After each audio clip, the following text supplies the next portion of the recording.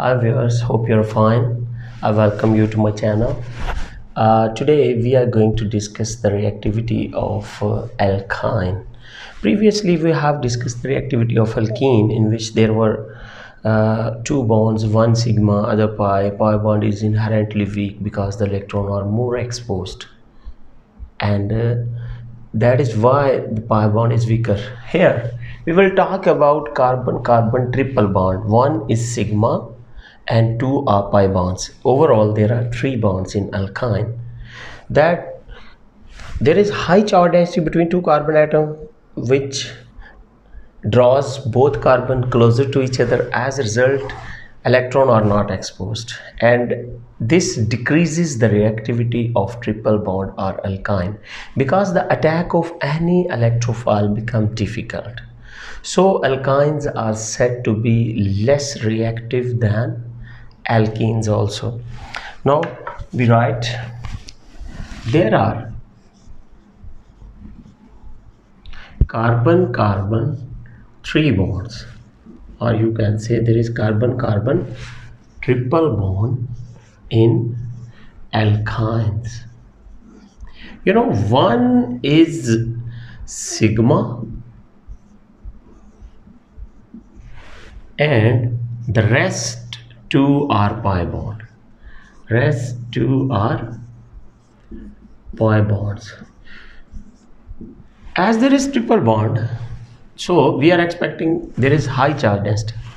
So charge density is very high,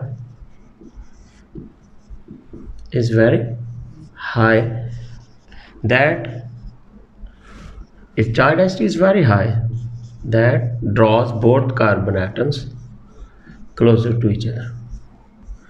Both carbon atoms closer to each other. So when carbon atoms are closer to each other, electrons are not exposed. This decreases the reactivity of alkyne. This decreases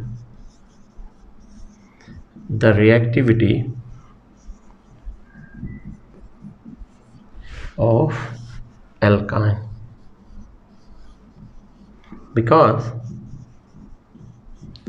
the attack of any electrophile becomes difficult. Attack of any electrophile becomes difficult.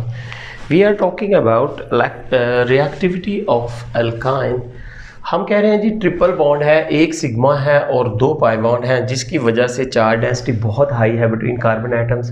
Carbon atom एक दूसरे के करीब आ जाते हैं. जब करीब आ जाते हैं तो जो इलेक्ट्रॉन हैं वो लेस एक्सपोज हो जाते हैं. इन अ सेंस जैसे आपके पास कोई कॉइन है, आप उसको इधर छुपा लेते हैं तो कोई आपसे नहीं ले सकता. इसी तरह बहुत कार्बन जब क्लोजर आते हैं तो इलेक्ट्रॉन जो हैं वो लेस एक्सपोज हो जाते हैं. कोई इलेक्ट्रोफाइल इन पे अटैक नहीं कर सकता. फिर आप कहें any how alkynes are reactive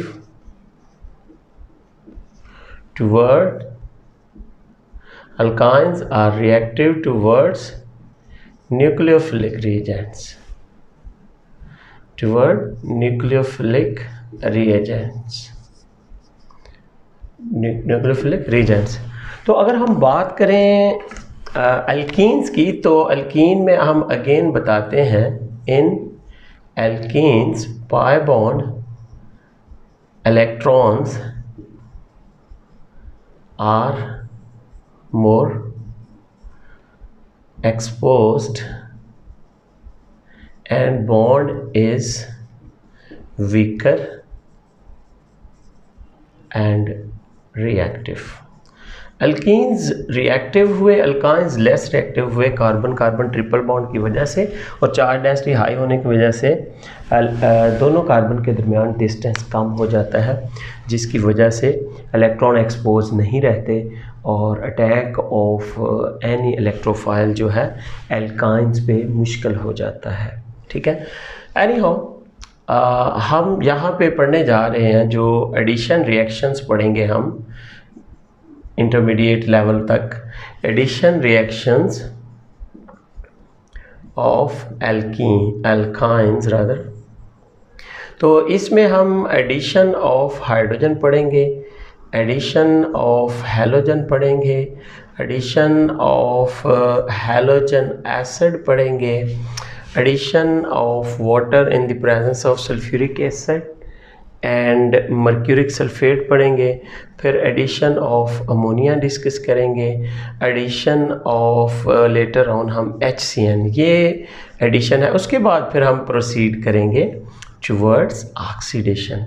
oxidation में हम इसका जो पहला रिएक्शन पढ़ेंगे KMnO4 के साथ alkaline KMnO4, strongly alkaline KMnO4 के साथ हम इससे ग्लाइऑक्सल और ऑक्सैलिक एसिड की फॉर्मेशन पढ़ेंगे, ग्लाइऑक्सल एंड ऑक्सैलिक एसिड। और इसके बाद हम इसके रिएक्शन देखेंगे जो है आपकी कंबस्चन, वेरी इंपॉर्टेंट, इसका हाई ऑक्सी एसिटाइलिन फ्लेम के बारे में देखेंगे। और इन दी एंड हम इसके अंदर पॉलीमराइजेशन पढ़ेंगे, एक लीनियर और दूसरे इसके अंदर जो पॉलीमराइजेशन होगी वो साइक्लिक होगी, लीनियर एंड साइक्लिक। और सबसे आखिर में हमने एसिडिटी ऑफ इथाइन पे डिस्कशन करनी है, acidity of ethyne. It means कि इथाइन भी प्रोटॉन डोनर है, इथाइन भी प्रोटॉन दे सकता है। तो इन दी एंड हम एसिडिटी ऑफ इथाइन डिस्कस करेंगे। Thank you for watching.